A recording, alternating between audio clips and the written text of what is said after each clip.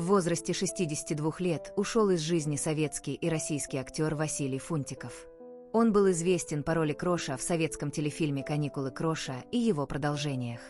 Причиной смерти стал инсульт, после которого актер не пришел в сознание. Его брат Павел сообщил, что Василию стало плохо, когда он направлялся проведать своего отца.